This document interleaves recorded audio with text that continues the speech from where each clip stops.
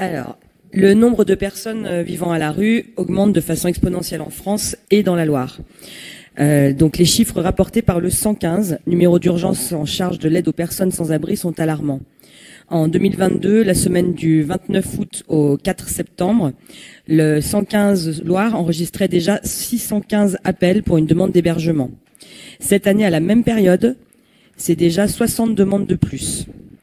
De même, l'an dernier à cette période, le 115 n'avait pu proposer de solution qu'à 18 ménages sur les 219 ayant demandé un hébergement.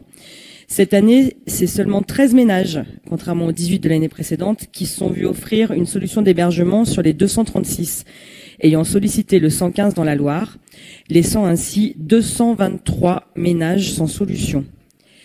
Donc, Monsieur Nebout l'a évoqué tout à l'heure, parmi eux, il y a énormément d'enfants qui sont déclarés à la rue. Donc parmi eux, 83 enfants étaient déclarés à la rue sur la dernière semaine d'août, au moment de la demande d'hébergement, et qui est resté sans réponse.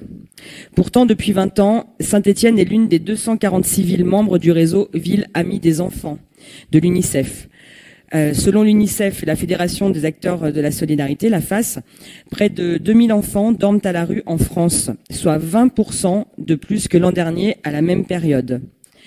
À Saint-Étienne, les associations alertent sur les situations de plus en plus inquiétantes pour lesquelles elles sont sollicitées. Donc, par exemple, des mamans seules avec des enfants en bas âge à la rue. Des appels de structures hospitalières, de CHU notamment, pour des sorties de maternité à la rue avec des bébés de quelques jours. Ou des personnes hospitalisées sans solution d'hébergement à leur sortie.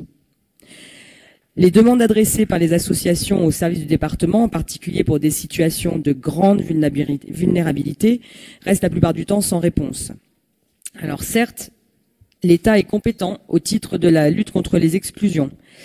À l'arrivée de l'hiver, il joue un rôle prépondérant dans la mise en œuvre des dispositifs département dits grand froid.